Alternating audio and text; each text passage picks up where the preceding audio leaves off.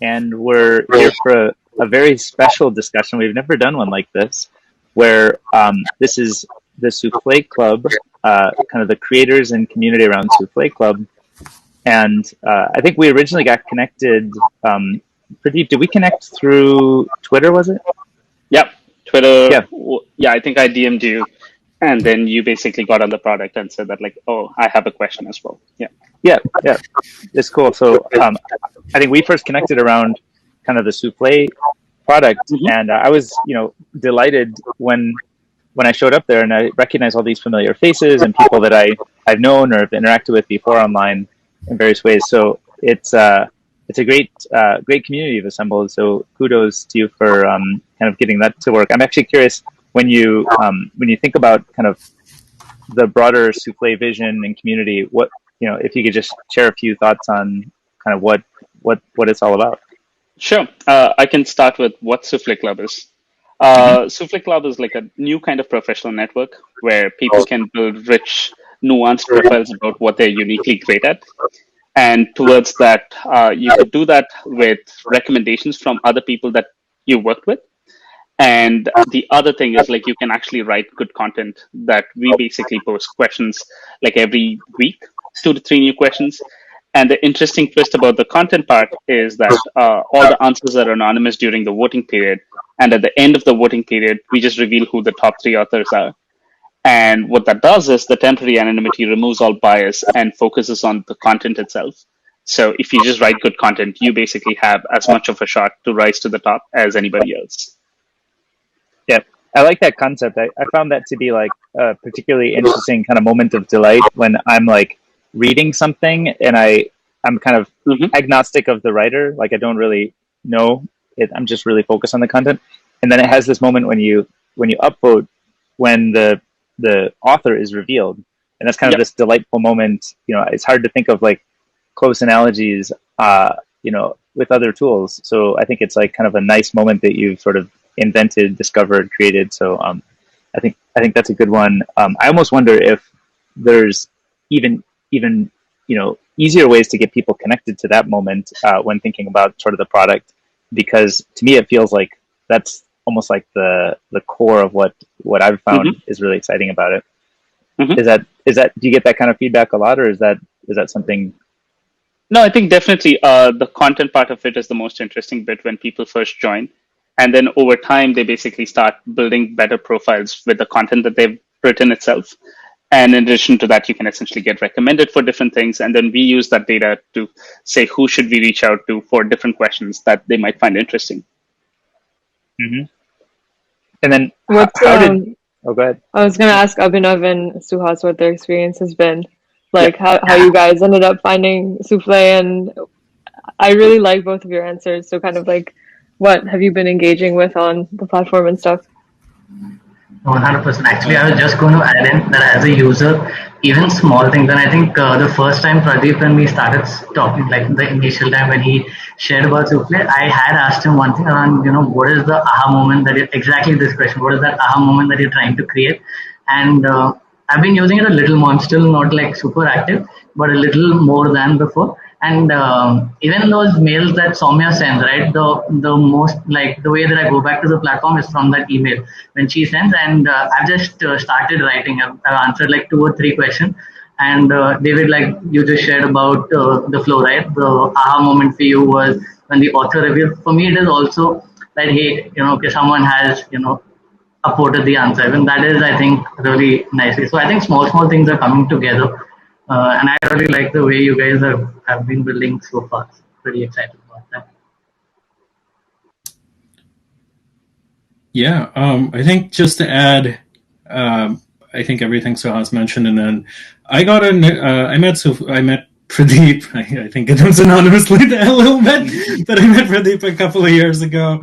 And I was working at Quora at the time, and then I had been a very early power user of Quora as a platform back in like 2010-ish. I was in college, basically like learned how to write on the platform, really enjoyed that there were prompts.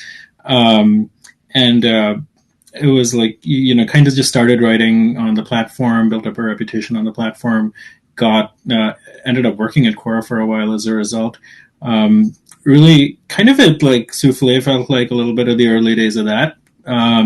Whereas like signal to noise ratio was really high because Pradeep's done a great job of recruiting the early community, and Sami as well. And yeah, it just like fun to write. I enjoy writing for the sake of writing. I don't really care that much for the reputational outcomes and so on. So I just enjoy it as a platform. And it's, yeah, the variable rewards part is really fun to just see what will happen with it.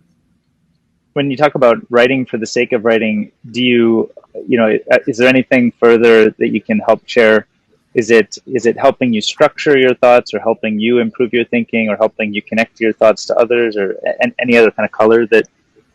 Yeah, predominantly that, like structuring the inside of whatever your thoughts are, connecting them, threading them into something cohesive and something other people find useful. That's writing's basically my primary outlet for that, because otherwise there's just too many thoughts in my head all the time to make sense of. And are there certain like topics or themes that you found work really well on Souffle? Like certain, maybe there's genres that happen overlap your interest with kind of the community interest there? Yeah, I mean, it's predominantly a tech community, and like, I mean, I've known that and enjoyed it thoroughly since like as long as I can remember now. So that's such a natural and easy starting point. I like the diversity of topics. Like, I once won a souffle for universal basic income, and frankly, I am no expert on universal basic income. I just like wrote some stuff that seemed sensible from first principles, and then I was like surprised as anybody that people found it useful. But yeah, I basically like sticking to things that I know well, but I enjoy the occasional variation. It's like basically kind of like a fun game. And do you come mostly to write your own kind of polls or questions, or are you sort of exploring questions that other people have written and kind of writing your own, kind of structure your thoughts because there's an audience for it or somebody who cares about it?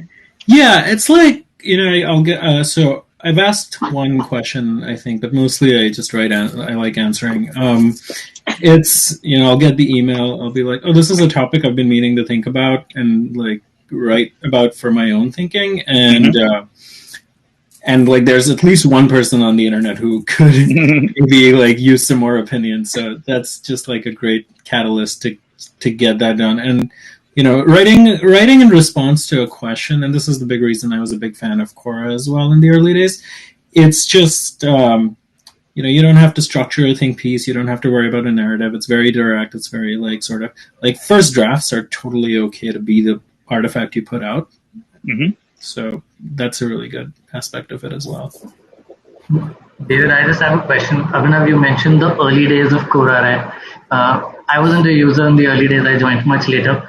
But I'd love to hear how Pradeep and Soumya, maybe your thoughts on this as well, right? If you've used the early days of Quora, and one of the analogies that I'm thinking about is early days of Clubhouse even, right? You well curated a beautiful set of early users.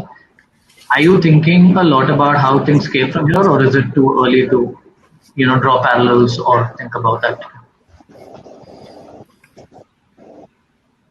I could make a specific question as well, but let me know if you want to rephrase that. I think you might get the trend. Just want to keep it open-ended, but let me know.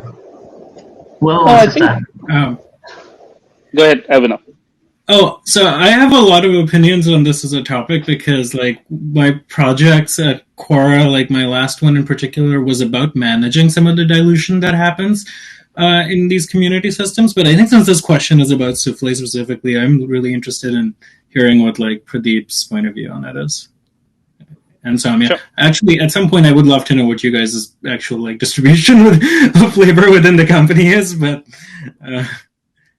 yeah. Please go ahead. I think originally we started out, in fact, I think I've spoken about this with David as well before, as a different kind of platform, which was called Trusted For. In fact, it was under a different name, where people were recommending each other for like very nuanced questions. Like the questions could be around like, who would you reach out to for onboarding design help? And then people would just recommend other people. And that was the way in which people discovered other folks. And the data that came out of it was very valuable, and people could essentially reach out to other people and get an intro to other people. And it was a lot more networking driven. But what we learned from that was that while the data is super valuable, it's a very episodic use case of like when it comes to just hiring or like collaborating or finding advisors, etc. It's super episodic to basically build a professional network on top of. So that was one of the reasons why we essentially pivoted to doing more content driven networking, where you basically find great writers and you write like them for their writing style and for how insightful they are.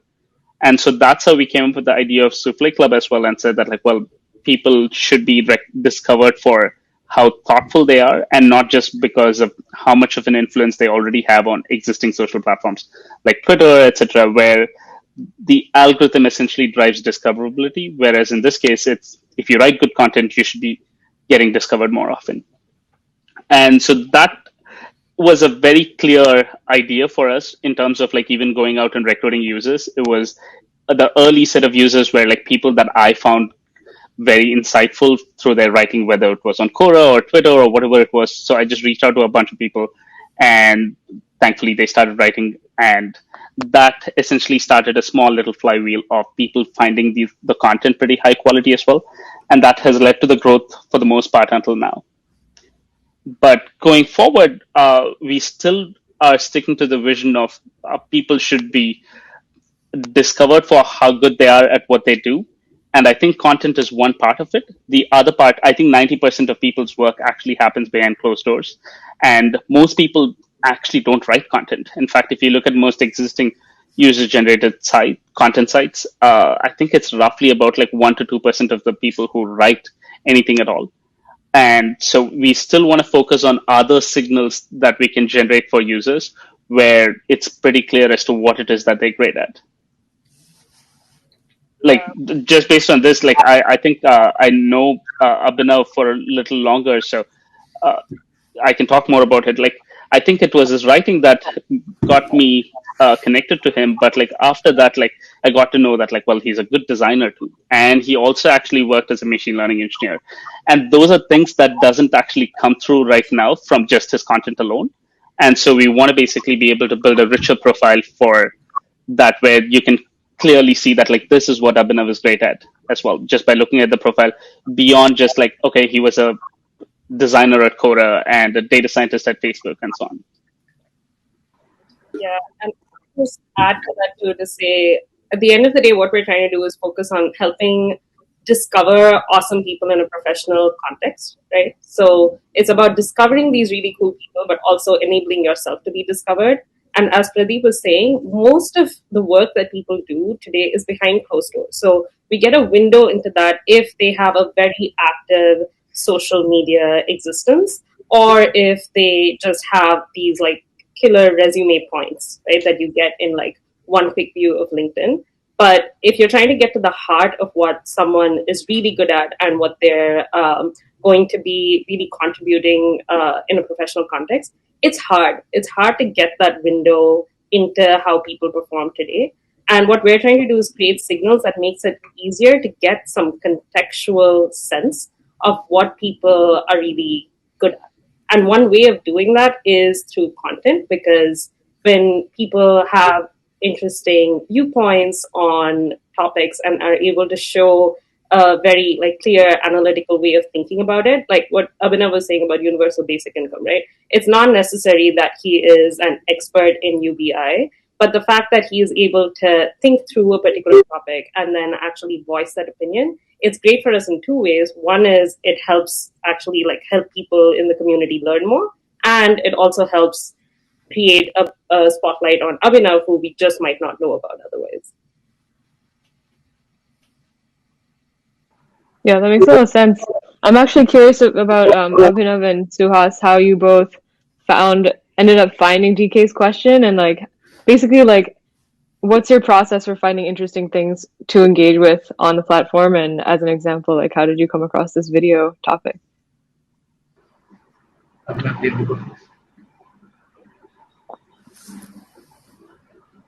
I'll remember. I'm trying to recall the story here.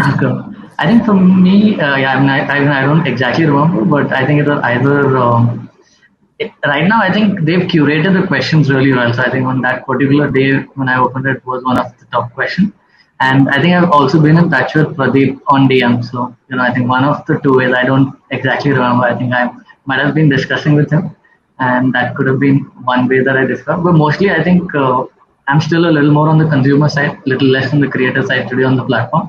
But definitely, yeah, I think for now, and that's exactly where my first question came from, right? Today, I think the kind of people you'll have curated is awesome. That's why you get high quality answers right on top. Kind of questions are curated, and how do you all think about that? And from the answers, I think what I got now, it's closer to LinkedIn, right? A little more curated form of LinkedIn, but I'm still very curious on what is that differentiating factor, right? Like, what are the signals that you think might come out? Like you mentioned, right? Abhinav has done great stuff. So today, I mean, for that, the entire recruiting part needs to change, right? Because today everyone is active on social platforms or is working with brands to just set that signal, right? Today I'm a data scientist. As Facebook is a signal. Today I have like a good social media following on Twitter. That is a signal, right? So what is that metric? Like you mentioned, right? We're trying to create a different thing here.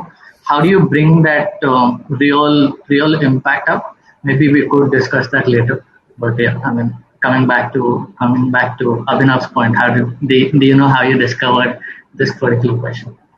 Oh, yeah, I remember this now. Actually, you pointed out a really interesting thing, which is that, like that all of these things are signal, and like it's like we are like kind of 10 to 15 years into social media now, and like social media is a way of getting jobs and like your professional career, and it's kind of beginning to feel a little bit like standardized testing, like multiple choice questions. Like the only thing that standardized tests tell you is like you're good at standardized tests, and like our manipulation of like Twitter and LinkedIn is kind of in the same place. It's like it's getting to this point where it's like the only thing I know is that you're good at Twitter, and that's that.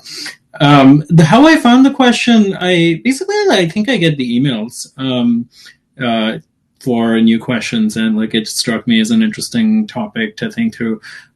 We actually work on search a lot, and so in that context, it's actually very important for us to think about what video is not fulfilling, since we're working on web search and text-based search a lot. And so I think thinking through the future of video is interesting for me because it's like a lot of content is moving to video.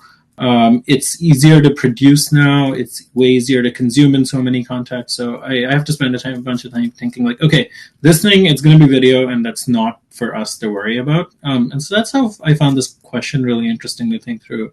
And that question was specifically about verticalization, which it's like, I think on that day I was considering shorting Zoom stock because I was like, Zoom is way overvalued in my opinion at the moment. And I was like, oh, okay. So like, I think video is like a commodity platform thing versus like how much of it is like, how strong is how ownable is video is like a question I was thinking through in those days. David, do you want to jump in to comment on that bit? Yeah, so the question on kind of Zoom or how kind of maybe commoditizable video is. I think this is actually part of, I had phrased the question on Souffle because it's also a topic that I think about a lot. I think video as like a medium on the web is a powerful medium, but the actual use cases, I think are going to serve very different, communities and functions and services and transactions. And so I think Zoom is like this very early example that, I use every day, that it's just like this great pipe, it's like a great pipe for the internet. But I think it doesn't necessarily, I think it underserves on many of the specific use cases. And so I see things like, people coming up and building, new ways to, manage transactions or communities around video of a specific theme. And those kind of lead to commerce things, or people to actually do sort of like commerce promotion. There's like a whole different set of like tools and communities and functions built around video. So in a sense, I agree that video itself is, just serving a video is fairly commoditized on the internet, right? That kind of got commoditized, call it 15 years ago. Creation of video is not yet highly commoditized. Zoom, I think, does a great job of kind of the connections around video, but doesn't actually manage those connections long term. It more acts as like horizontal infrastructure for kind of video transport.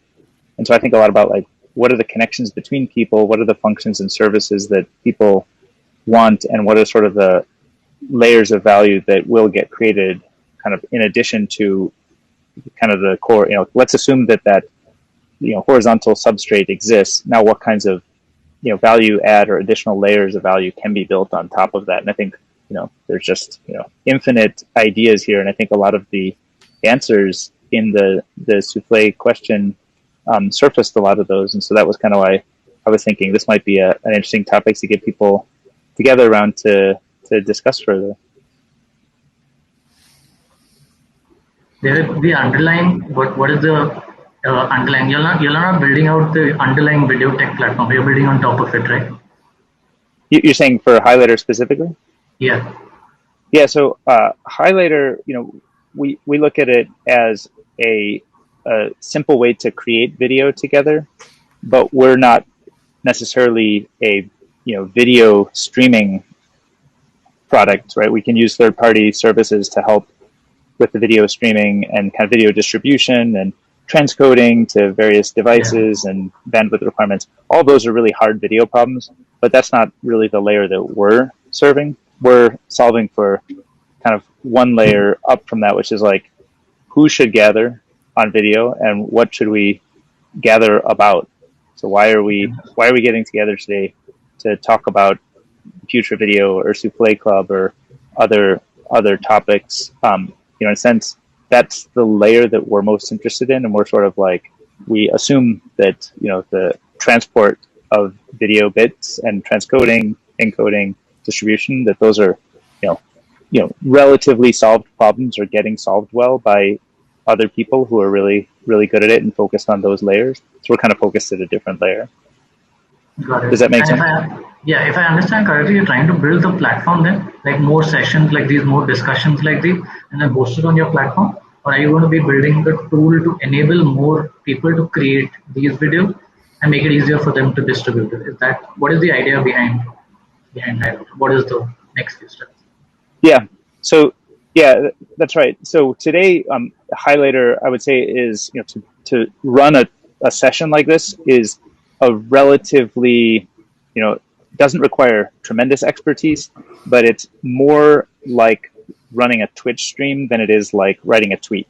So it's more sophisticated kind of administrative overhead and management than would be the case for something simple like a tweet.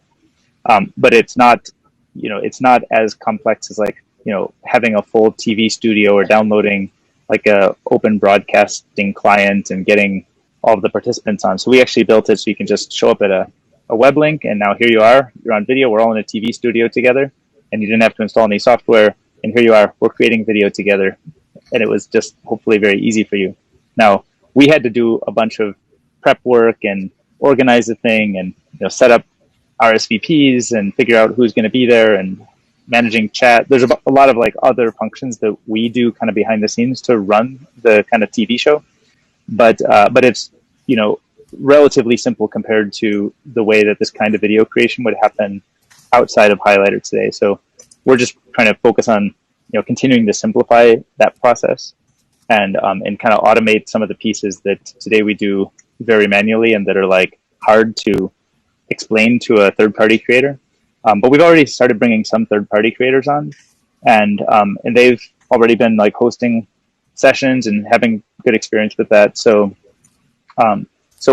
we're continuing to open up the kind of other types of creators who are interested in using this tool to run their own sessions.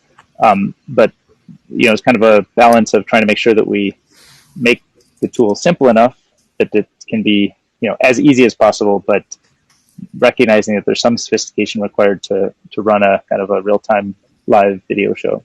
So it's kind of a tension there. No, absolutely.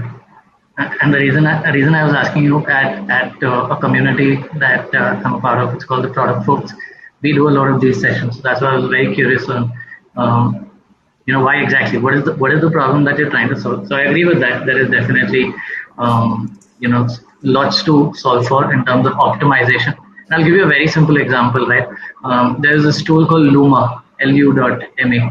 All it does is you can create events. Your event sign up bit. That's all they solve for, right? Something as simple, and you'll be like, hey, this is something that has been fixed, right? Eventbrite has been doing it for years now, and it's just that that one small feature of the entire event platform, just that small feature. But they've done it so beautifully, right? I'm not sure how old that platform is. Pretty new, maybe in the last 1 year, and we just started using it. But they've nailed it, right? They've nailed just that one bit, and that's a huge learning for us. That even just one feature that has been going on for that long, that can be optimized so well. And that was just something I wanted to share. Yeah, it's great. I think that's often the case is like if you find like one very important thing to solve and you just like really get deep on it, you can solve it, better than sort of the solutions that kind of check a lot of boxes and try to solve, something for everyone and for every stage. For us, I'd say like, we have focused all of our energy on like the video creation process. And so we do have other features to help with like the publishing process and the RSVP and kind of coordination of people, but really like this live room experience where we're recording a video together, drop into a URL, and here you are on camera is kind of what we've really focused a lot of our attention on. So we try to get very deep in all of like you saw the camera switches; those are all manual today, but we think we can automate that over time to be a lot better. So, actually how we compose the video stream and how we publish it out and save it. And then another kind of important feature that is not yet in the platform, but is core to what we want to do. It's probably a few weeks out still, but, the whole idea of Highlighter is that we might connect together to create a video. We might spend an hour creating a video, but a lot of times, people who would want to learn from what happens in this session would actually just want to consume the highlights. They might not want to invest an hour, but maybe they've got 5 or 10 minutes. And if they could get the 6 or 8 best clips, a minute here, 2 minutes there, then that would be like a really compelling way to understand all the best stuff that happened at this session. And so that's why we're called Highlighter. And we're all about trying to create and share and bundle those highlights so that it kind of makes the video consumption process a lot simpler. Honestly, that is definitely one of the main asks that our community has, those who can't attend the live. So our sessions are generally over 60 minutes and it's these kind of discussion, but it's more one person. Like here, there are 6 of us, there is more one person. But those who can't attend it live, and it's the same async versus sync, they don't want to go for an entire 60-minute or 75-minute session. So I think there's a definite use case, but it's also pretty expensive to edit the videos and put it out there. And so you probably nailed down there is definitely a problem statement there. I think we sort of discovered the same. We were originally hosting our own kind of book clubs that we were doing in public, and we were doing it on Zoom, and we found a lot of problems that I think we've been focusing on solving. One of them being kind of creating the highlights is cumbersome, and the videography, hiring editors to edit the video post facto to either create the best highlights or compose the stage differently. We were spending, thousands of dollars just to accomplish that. And, we think that through technology, we can actually make that whole process a lot simpler, not just so that we can use it, but we think actually other people might like to use it too. I want to, there's this kind of interesting side chat going on that I actually wanted to get Abhinav and Samya. So, because your question, DK, was talking more about like verticals, but I think this also might be an interesting angle. Like, why did the horizontal layer of Zoom work, whereas these others didn't? And when we think about what verticals would or would not be good ideas, like, are there any learnings from that, like those stories of success or failure that are informative when we think about the future of video now? So anyway, I just Samya and Abhinav like jump in with what you were thinking, because I actually don't really have any background on this whole story. Yeah, I would say I don't know if I have too much of a background in video as well, but I've just been curious about with Zoom taking off the way it did. I was just curious about what we think the points are, because I've heard a lot about how it's reliable and it's more secure. It's interesting to me to think about places like Cisco with WebEx, which is where Zoom even originally, like the idea came from, right? As well as Microsoft Teams, which is in enterprises as well. And so I was wondering if it's a combination of the level of reliability and security that Zoom provides that's now available to consumers, which is what made it pop when it did at the beginning of the pandemic, or is it that actually, even when you compare it with other enterprise offerings like Cisco and Microsoft, Zoom is superior? And so I'm actually not sure about that, which is a question I wanted to put out to the rest of the group. Yeah, I can start. We were discussing on the side. I think the initial prompt was like, what made Zoom successful, right? And I think you mentioned pricing. I mentioned reliability, and I mean, kind of thinking through it again, like I realized there's just like such a strong human bias to try and come up with like a single attribution for these things, when like in reality, it's like Zoom was probably the only company who grinded through doing like 4 or 5 of the correct things well enough. So like I remember like, before the pandemic, like Zoom had gradually taken over a lot of offices from Cisco. I think a big part of that was they had comparable reliability, slightly better, and much better pricing model, right? And so a ton of offices that were about to go remote were already sort of centered on Zoom.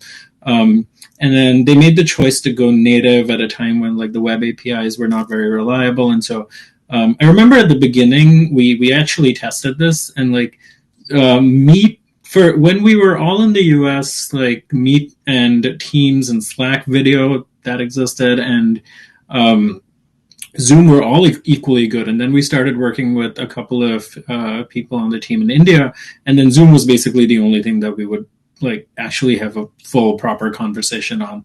And so that's the reliability angle. Like I think they got in the choice to be native at the time really helped, and I think the pricing factor really compounded, and the fact that they were already established in offices.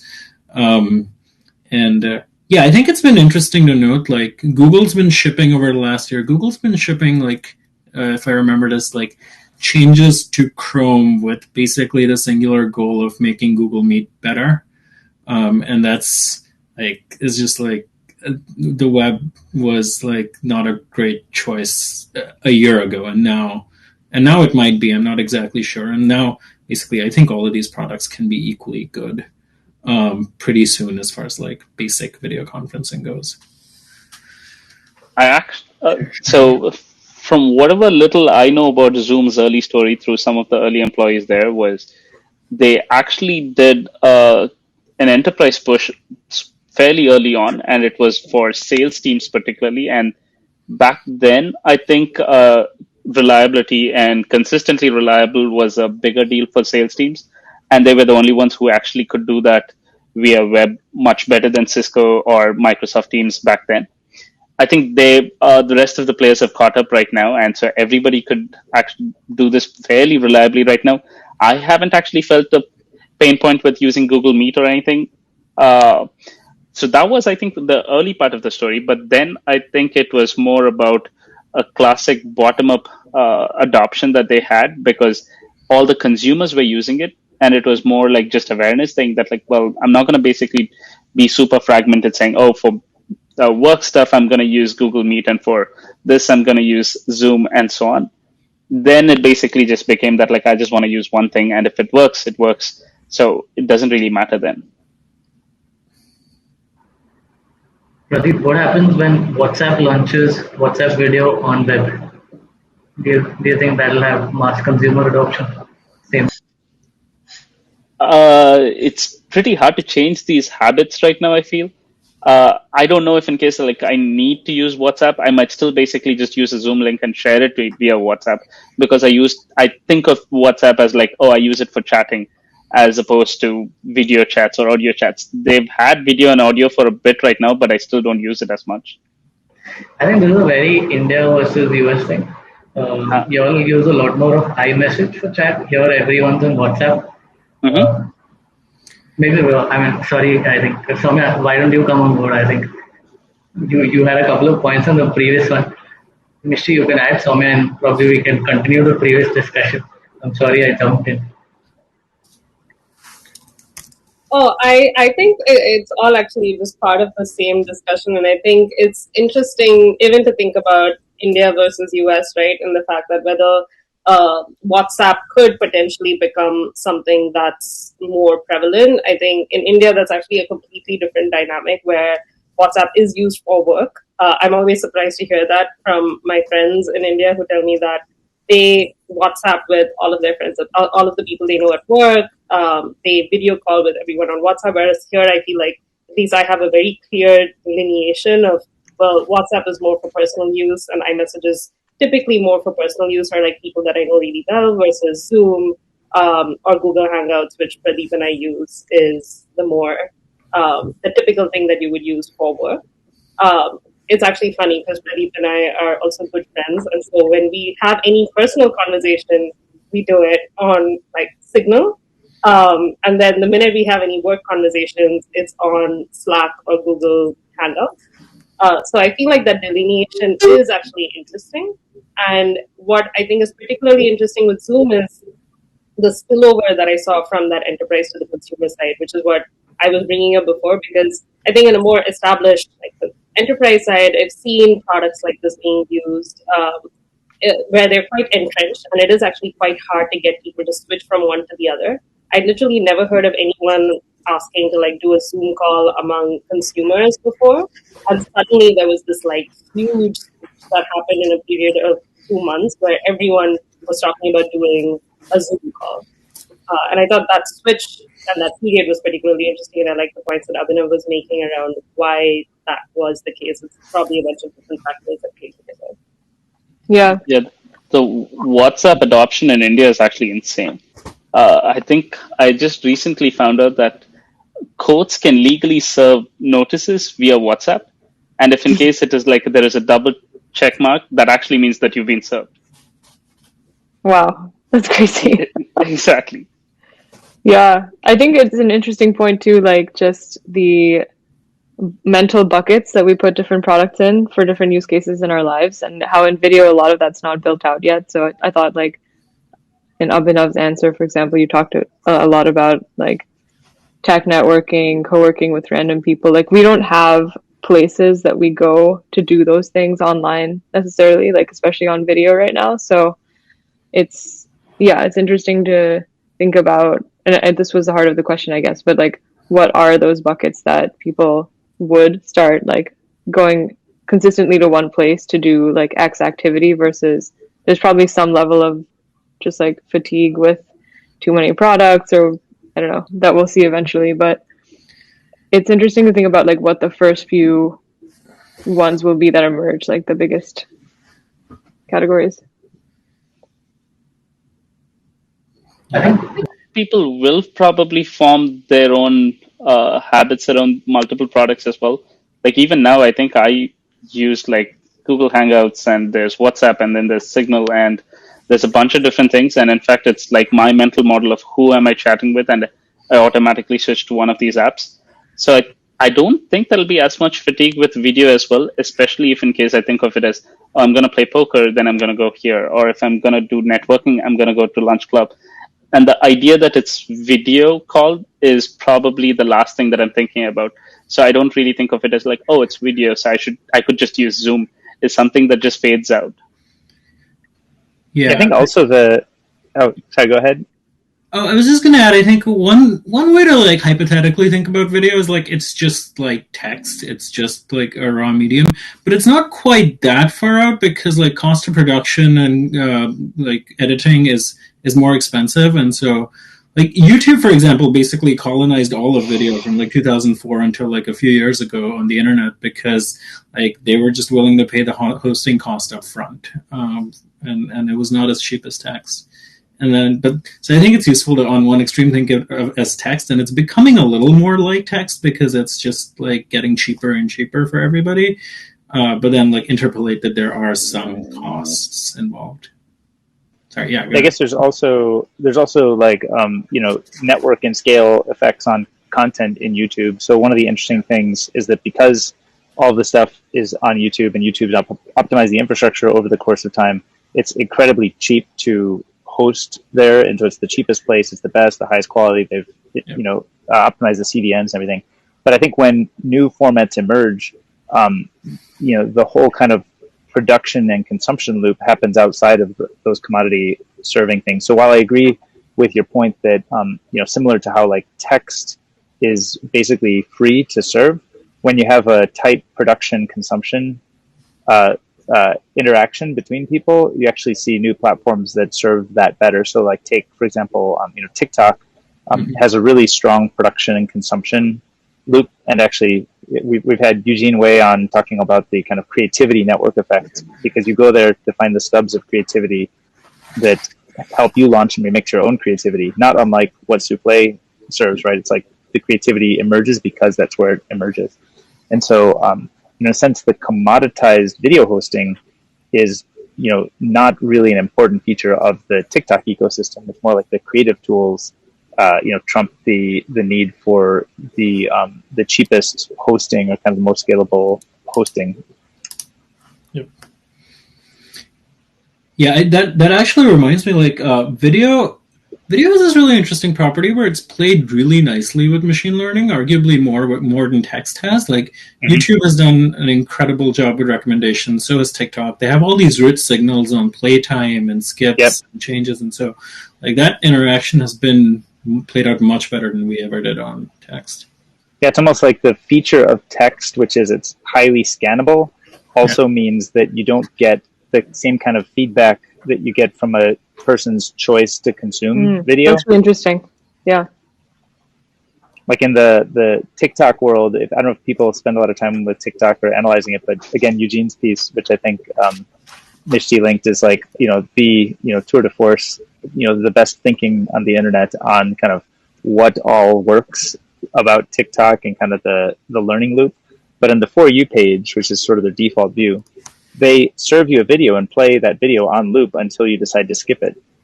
And so if it were text, you would just probably think it's awkward to be, just watching a piece of text. You wouldn't know how much you're interested in that piece of text. The platform wouldn't really get a lot of signal if you swipe it away when you're done and if you liked it or you didn't like it. But because of the nature of like a single video and it's looping in that state, so if you watch it a few times, presumably you liked it more than if you just watch it once or if you skip before the end. There's tons of signal hidden in there, and you only surface that signal because of all the details of the UX of what really makes that work. And so YouTube has its own UX that creates great recommendations, which is different than the TikTok UX, which creates different recommendations in a totally different way and even kind of has different kind of production, consumption, remixing functions. So a lot of changes, in differences when I think you unlock new creative tools. But yeah, machine learning does, I agree with your point, Abhinav, that machine learning does go hand in hand, kind of nicely pairs with video in a way that maybe we haven't seen or haven't explored as much. The text implications have been kind of probably well explored, but the implications of how machine learning kind of can kind of improve UX in video is, still probably underexplored relative to kind of the importance of the format. Oh yeah, and Mishi's got the links to the 3-part series. I mean, if you haven't read the Eugene piece, really I just highly recommend it. It's like one of the best pieces of writing on this topic. It's also one of the longest, right? Like that long. Yep. So one of the things I actually wanted to address, one of the topics we were discussing before, which I think it was Abhinav who had said that, sometimes the things that make these products work are a mix of a bunch of different things kind of all coming together at the same time.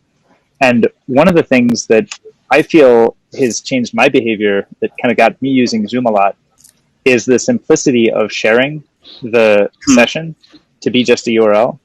And when I think about the way I use WhatsApp, I have to be connected to people via their phone number. And, sometimes we just don't have those connections established. Sometimes I don't want my phone number shared with, hundreds of people at a time.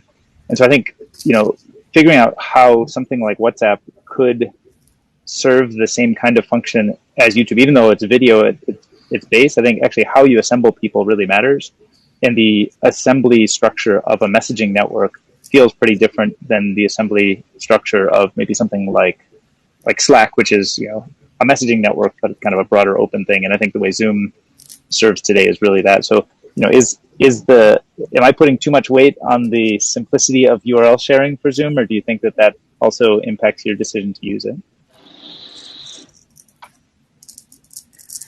Is it maybe I'm remembering wrong, but isn't Zoom like the first? This might be a pricing structure too, where like Zoom was one of the first to just say like outside of the organization you can send a link, and then it's just free to join or something. Like I think that that tends to be a big growth factor. Mm-hmm. I think so. I think they did a premium model, which was interesting again, where you could start off without needing to sign up, without needing to put in any investment, basically, and you could actually access the platform and conduct calls for free, which was very, very different from any of the other solutions that were in the same vein, I would say. I think Google Hangouts would probably be the only exception, but Google Hangouts had a bunch of other tech issues going on. Yeah. Yep. I was looking at the answers that Abhinav wrote, and one of the topics mentioned was sales calls. I think that's actually an interesting one to dig deep on, because it ties together a few different threads that were mentioned in the discussion, which is, I don't know if, has anybody used this service Uber Conference from before? This was many years ago. I've seen it and have probably used it, but don't really remember much more about it. So it had a really interesting feature because I think it was really designed to support kind of a sales call process. There's this idea in sales where if you're a salesperson selling to a potential client, you want to have the client talking more than you. Like selling should be listening more than speaking. And so I think that if I recall correctly, Uber Conference had this feature that at the end of your session, it gave you the breakdown between the time in the session that was, kind of the analytics of how much did the host speak versus how much did the attendees speak, which I thought was like, an interesting early sliver or slice into a pretty useful kind of enterprise tool. And I think Samya was talking about sort of enterprise tools and sort of how those might evolve. So I think there's something interesting with like even those subtle types of features that, I think were big and important, but kind of have faded away because they're not supported in the main platform that we now all use and that Zoom has become.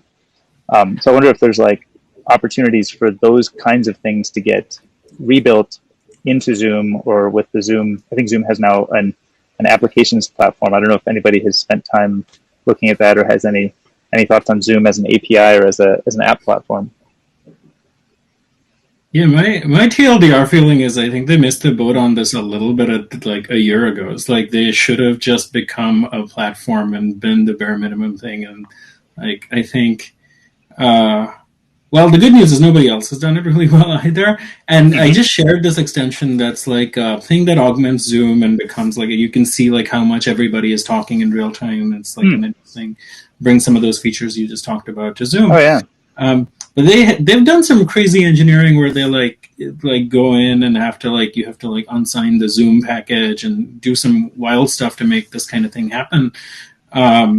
Whereas like I felt like Zoom should have just enabled this kind of thing very easily a year ago when they were like the de facto way to do almost all video. Right. Yeah, I felt like they were in a scramble both with scaling, just the core existing service. Plus, I think they ran into a lot of like complaints around the privacy and security models of rooms. So they ended up, I think, doing probably focus on that, but it certainly created a lot of gaps with stuff like this, which probably would have served a lot of their customers well. Is this one that you shared is called Macro? Is that a pretty popular service? Do a lot of people use it? I'm not sure. I just have friends who are using it. I think it's one of those apps that's like getting some like early adopter interest. I'm not sure how big they are in the grand scheme, but I've used it a couple of times. I think it's like the big add-on is like this constant awareness of how much I've talked, which is really helpful in smaller meetings and larger meetings as well. Actually, come to think of it. I don't know if in case Zoom actually has an incentive to build those things into the platform because of the security and privacy issues. And this is one of those things where they're probably better off farming it off so that they can use someone else to blame. And there are tons of new companies right now, right? Like where they give you video analytics data about like how well did your sales call go, and they've actually segmented. Like I think Gong does this, and Chorus probably is another one, and they just have a lot more in-depth data about like, okay, here are your cards about like these are the things that you should generally respond with. If your customer comes up with these as your objections, then respond with these things, and building a better, richer UI for sales conversations alone. And I think that sliver has been taken completely apart. Probably 10 different companies which are doing that right now. But it again has some weird issues where I think depending on where you are and where your participants are, the laws change, and you need to make sure that like you get permission from some, if in case they're not all in California, but otherwise if one it's okay. And so it would be pretty hard to basically build this within Zoom, or at least by Zoom itself. They're probably like, okay, if someone else wants to take that on, that's okay. And well, given also how their stock has been performing, I guess they didn't really see this as the biggest need for themselves. Yeah, makes sense. Well, I want to be careful on the time because I know we have a hard stop. But as this has been a great discussion, so I think we both learned a lot about kind of Souffle and the community and the product there, and then as well we've sort of had a chance to talk about various different use cases in the future video. And so I wonder if we could actually go with a wrap up question. And we've talked about sort of theoretically and in the abstract what are the needs that probably emerge around video. I think from kind of this discussion, I wonder if there's anything that has surfaced or other things that have come to mind, kind of not just in the abstract, but for your own personal needs, like things that things that you feel like are missing for your own way that you like to use Zoom, or things that you wish existed in kind of the video ecosystem that would help make your lives better.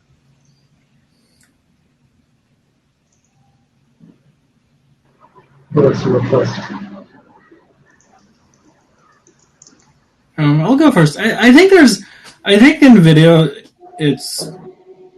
things are going to get very exciting when we just have like consistent reliability and like device interoperation and all of that. Like I was 2 minutes late to this call because I had a problem with my AirPods. I can't just like turn it on my TV. I think when like every device gets super reliable and super good about this kind of thing, and I don't have to worry about whether I'm on Zoom or on web, like this call started off with like David a little grainy. Once all of that is over and just solved in like hopefully a couple of years, then I'm really excited about just people being able to build on top of it as a stable platform. Yeah, so it sounds like kind of the infrastructure pieces to allow kind of lots and lots of creativity to emerge. Yeah, the last mile is just left, but it'll be solved soon. Yeah. Yeah, I would agree with that. And I would say that I think for me, one of the areas where I've seen a gap is when you want to have any kind of interactive event that is on top of it. So it's not just having a call or even breaking out into groups, but for example, I wanted to host a trivia game like a few months ago, and I found that it was kind of complicated to figure out how to set that up in the remote setting. And there are a bunch of products that do that, and a few others that are actually really easy to build on top. But we did this thing where we had a Zoom call and then Kahoot that was also building with. So I feel like there's a lot of scope for building that kind of interaction on top. And as Abhinav was saying, once that last mile is done, there's just so much potential. That's great. I think the only thing that I also use in addition to Zoom is probably just room.video for just playing poker. Or if in case you're playing any kind of games in general, I think then you want to have like that game be integrated within the video itself. And I don't know if in case that'll last after the pandemic is done and stuff. But for now, I definitely use that whenever I'm playing poker. And I just linked to it, but I think maybe I got the wrong link. But I think it's rume.video. Oh, got it. And so this is like you get a link and you're all on chat together. Is that right? Exactly. I think you can basically just host your own poker room and then share it. And is it specific for poker, or it's a more general solution for kind of any use they case? started with specifically poker, but now they probably have other things as well. Oh, cool. They have like a few other games like Codenames and Catan and so on. Oh, yeah. Yeah, this looks great. I think kind of the gaming area seems like a great one to collaborate around. Well, good. I know 100%. we're at the end of the hour here, so thanks everybody again for joining and creating the video together, and we look forward to continuing these discussions on Souffle and on Highlighter, and hope to kind of have additional discussions in the future with you. Sounds great. Thanks a lot, David, for hosting it as well. Thanks, everybody.